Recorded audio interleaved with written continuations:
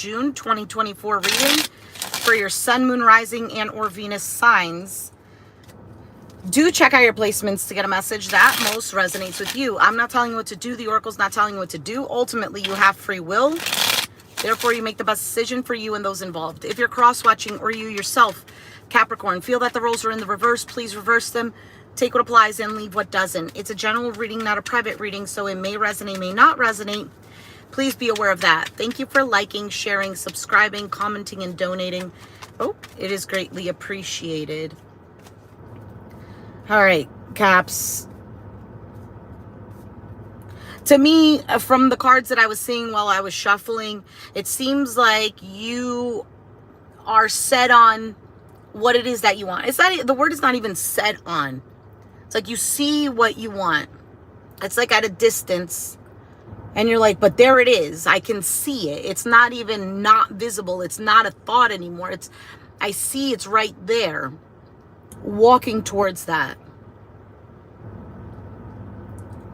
And with the other cards that I was seeing, the opportunity is there. So, and I feel like it's a positive outcome. You have the Five of Pentacles at the bottom of the deck. So it's possible that maybe for some of you, you're struggling, feeling left out in the cold. This could be a sense of lack of whatever it is for you. Lack of security, whatever makes you... So, I don't know, it could be anything. Could be money, could be what makes you feel secure. Maybe a lack of comfort.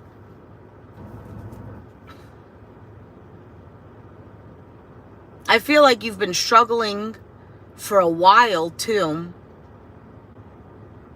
with whatever this reading is going to be talking about.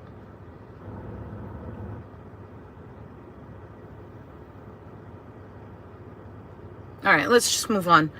You have the Hanged Man, which is about awareness. It's seeing things from a different perspective. It is a card of, you know, keeping yourself still in one place. But because he's upside down, he's seeing things differently. There's a sense of awareness. There's almost like, I also want to say a sense of holiness. You know how like, for those of you who can understand or relate or whatever, if you grew up with knowledge of like saints, saintly people, holy people, normally the story is that they go through some sort of suffering, which brings in this awareness, right? Almost, and the thing is, what brings in the awareness too, it's not particularly the suffering. The suffering is what triggers that. Hey, because the thing is, when you feel like you're stuck between a rock and a hard place, and you are doing everything you can to get out of it. Hi, everyone. Who's the old chick? When you're stuck between a rock and a hard place, and you're doing everything you can to escape, and then the moment that you're like, I just don't know what else to do, that moment that you give up, that you surrender, is literally when you're taken out. So in that moment, right, for like saint stories, they start to get this awareness. It's almost like the mind is forced to think differently. Or we can say, you know, that's when God comes in, or your higher self starts to speak a little bit louder because we surrender. Hey, from Australia. My name is Deb, short for Deborah. You have the Eight of Pentacles, crossing that, which is about focus, work. We'll see what that is. You have, there's the higher self, the High Priestess. Thanks, Jake. Her ID number is 1. Yeah, I sat behind Jesus in the 3rd grade. The High Priestess is in the foundation. So 2 cards with the Hanged Man and the High Priestess about lots of awareness, lots of intuition, self-reflection. In the past, you had the Wheel of Fortune. So things actually running in your favor, things changing. Hey from the Philippines. Hi from the US. You have the Knight of Wands on your mind. So this is like almost like an impulse or a desire to move, to go, to, I don't know, bring back passion into your life or some sort of excitement. You have the Seven of Cups as your outcome, which can be a card of feeling emotionally overwhelmed, maybe confused. Maybe there's a lot of things that are going on that you have to choose from. Things that are emotionally triggering. So let's see here. What is the Five of Pentacles for you? You have the Queen of Pentacles. There it is, Capricorn. Could be Taurus, Virgo as well. It's Earth. The Queen of Cups, Pisces, Cancer, Scorpio. And the Six of Cups. So yeah, like I was saying, you have the Star card at the bottom of the deck, Aquarius energy. So Aquarius would be what, second house for you? About security. Second house is all about security. It's your assets. So for you, Capricorn, it's definitely in this energy of receiving, because the queens are about receiving and then making something beautiful out of it, making something out of what's given. Queen of Pentacles, Queen of Cups. These are two queens that are definitely more on the nurturing side, more on the motherly side, I want to say. And the Six of Cups has to do with children, the past, nostalgia, soulmate, genuine feelings, authenticity. And it's all clarifying a card of not having that. For some of you, this is something you've been wanting for a long time. You've been waiting. So for the Hanged Man, you have the Knight of Swords, the Nine of Pentacles, and the Four of Swords, Devil, Capricorn energy. Yes, the Five of, usually the fives can represent that type of energy. Yes, Five of Pentacles is a loss as well. So is Five of Cups. Okay. So with these cards clarifying the Hanged Man here, it seems to me like it's still following exactly what I was saying. Something here happened and it almost like forced you to go within, forced you to be more self-reliant as opposed to codependent to a person or a situation or things going in a particular way.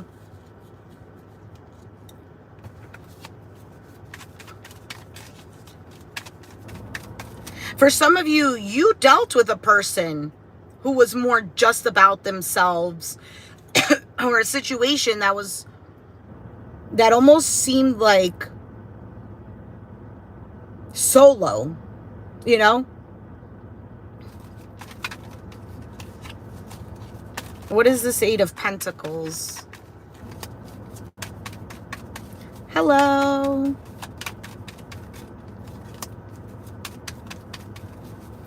All right, you have the Nine of Cups, the Two of Pentacles, and the Ten of Wands. You feel that it's hard to achieve what it is that you want.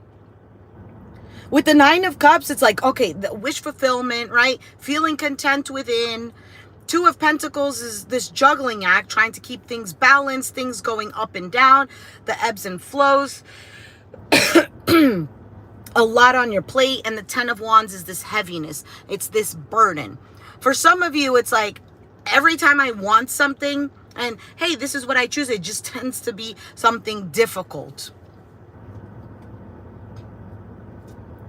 For some of you, this Nine of Cups can represent somebody who has been selfish and you're trying to balance things out, but it's become difficult for you. Like you're constantly the one putting in the work with this Eight of Pentacles. I feel like this is more of a solo reading. Yes, you could be dealing with another person, but it almost seems like it's more focused on you. Why is the High Priestess here?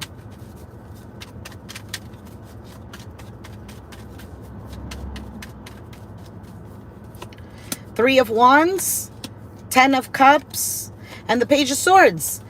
So deep down, and Two of Cups. Wow. So deep down inside, you know that this is meant for you. This feeling of like, I'm never going to attain this happily ever after, this relationship. Because that's what you're looking at. He's looking right out into the horizon. What's coming in for him? 10 of Cups, happily ever after. And then the Page of Swords is one, you know, he's the spy of the tarot. He's watching, he's curious. So your eyes are on this, and it's clarifying the card of intuition.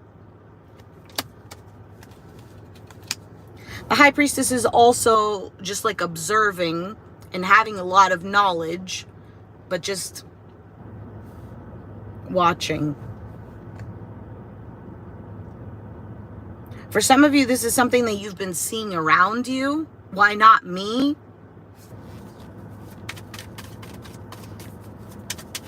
For some of you, I already said that part. Okay. The Wheel of Fortune in the past. 8 of Cups. 3 of Cups. And the 8 of Swords. The 5 of Wands at the bottom of the deck. For some of you, you tried to find this happiness elsewhere.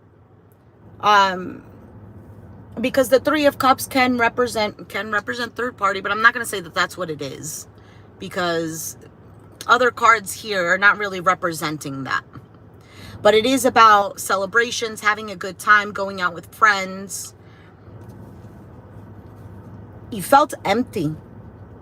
In the past, I feel like with the Wheel of Fortune, and maybe for some of you even telling yourself it's going in the right direction, but it almost felt like a particular infinity symbol that you were riding on, like a loop. You felt stuck with this 8 of Swords. Trapped. For some of you, it was like other people involved with the 5 of Wands. Drama, conflict.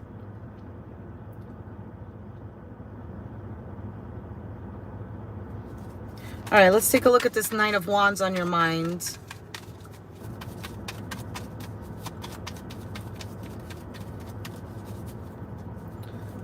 Thank you for the interesting method of tarot. Ace of Swords. There's a I was wondering, I was thinking to myself, the 8, the Strength card, which is the number 8, has to come out with all these 8s coming out here. So Ace of Swords, the Strength card, and the Moon card.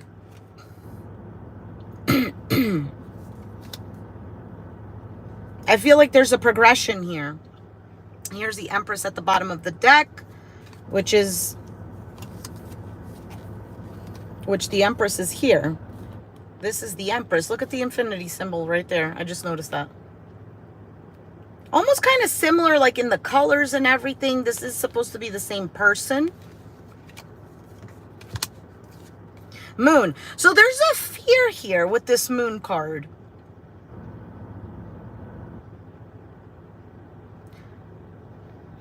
There's a fear. There's almost a holding back. I don't know if it's about knowing your worth or approaching someone. There's a fear, almost like, you know, the saying, know your worth. There's nobody else behind me. See?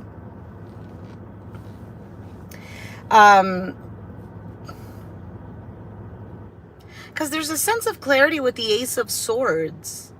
Strength card, you know, courage, bravery, handling something in a more gentle way. And then the Moon card, I feel like it's just fears.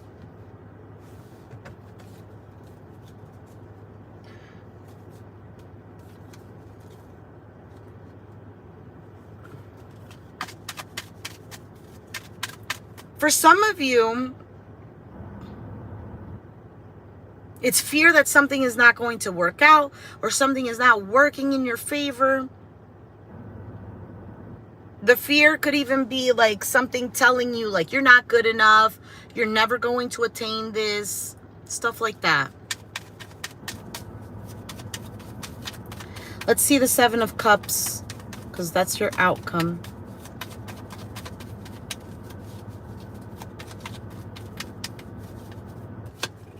Knight of Cups, Eight of Wands, and the Four of Pentacles. You have the Death card at the bottom of the deck, Scorpio energy.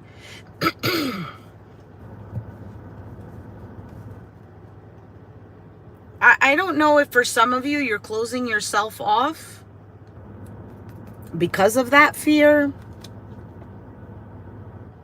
But this is either you or someone approaching you with love, coming in quickly, messages, things moving, wanting to say something. And the Four of Pentacles is holding on. Because there, again, with the Seven of Cups is like, what am I going to do? Like, look at his hands. You can't really tell his expression, obviously, because his back is turned. So we don't necessarily know if he's surprised, like in a good way, or if he's shocked, like horrified.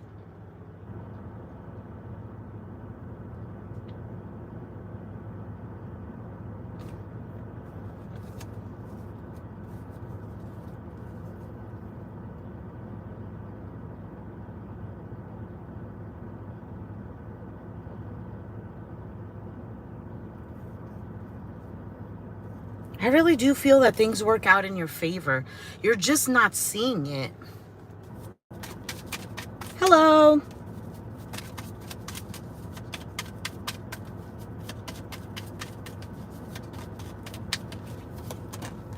Judgment, Justice, the Hermit, Ace of Pentacles.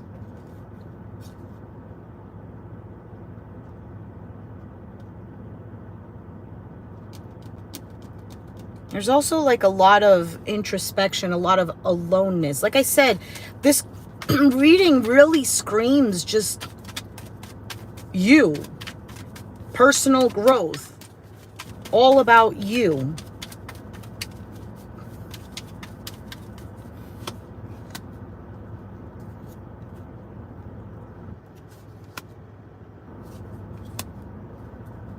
I do feel that you overcome something here.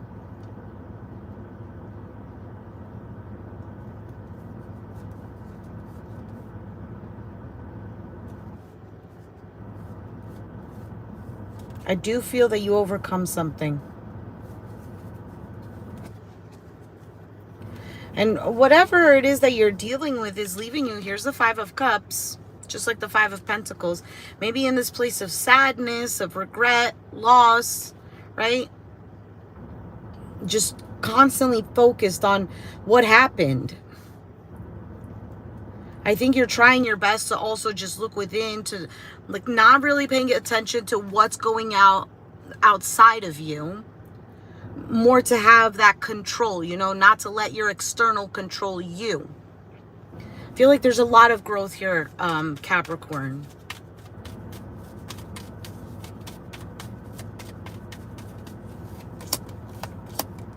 You have the Chariot, the Ace of Cups, and the Three of Pentacles. So I feel like you're moving in this direction of, well, for one, the Ace of Cups could be self-love. Moving in that direction, this could be a new phase in love. For some, new love. I don't know. You know? Because, like, when you see the Ace of Cups, it doesn't necessarily mean, like, oh, a new person is coming into your life. It just means a new phase in love. Okay? There's an opportunity there. Because sometimes we think that, let's say we leave a situation, right? We leave a situation, we think, oh, you know what? That problem is now not going to exist. I'm going to find somebody new. Now, it's not to say that somebody new is going to be just like the past person. Could be. But that's not necessarily the case. The thing is, we think we're leaving a problem, but the problem is really, it's not that it's us, but it's how we're viewing a particular situation. It's our perspective on it and what we're focused on, what we already have hardwired, if this is making sense. I feel like this reading is going to take forever if I keep talking like this. You know what I mean? And for some, it's just a simple thought that's here, and then it just keeps replaying the infinity circle or the infinity symbol, and it just keeps playing, and it's like hardwired. And it's almost like saying, no, this is the truth, regardless of whatever you're seeing external to you, regardless of anything else. So it definitely takes a lot to control thoughts. To tell your thoughts, no, not right now. We're not thinking about this. Let's think of something else. And forcing yourself to think of something else. Yes, the thought is going to creep in again, but keep going, keep going, keep going. Think of something else. I'm not going to focus my energy on this thing. I'm going to focus my energy on what showed up originally, that 10 of Cups. Okay? Because it's definitely here. It's present. All of the cards that led up to that are here. Like how I'm counting it is what I'm saying. All right, Caps.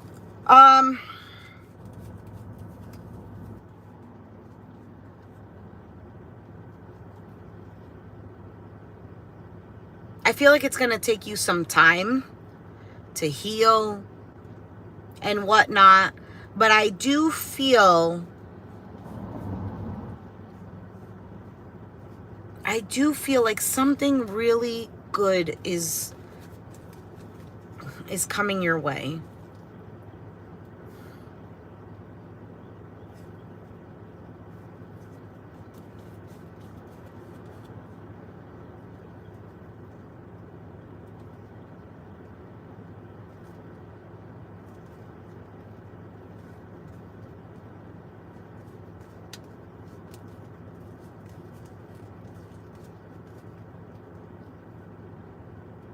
I also want to say, stand your ground, know your worth.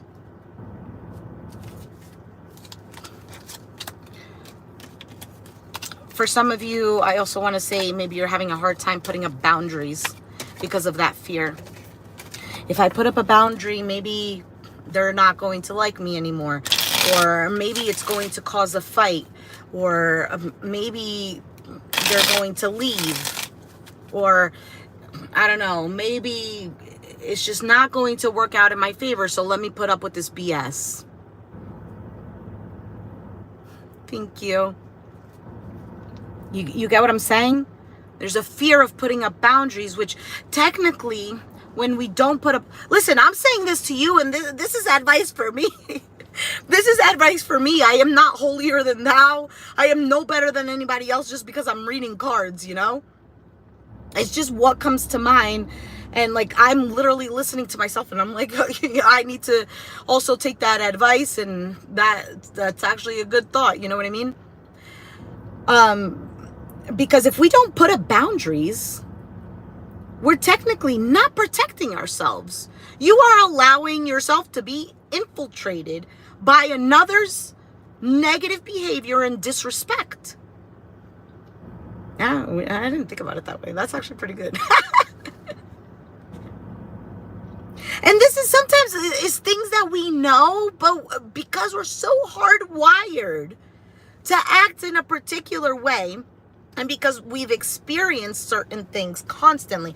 Like maybe you put a boundary when you were younger. I don't know. I'm just going to give an example. Let's say you didn't want to wear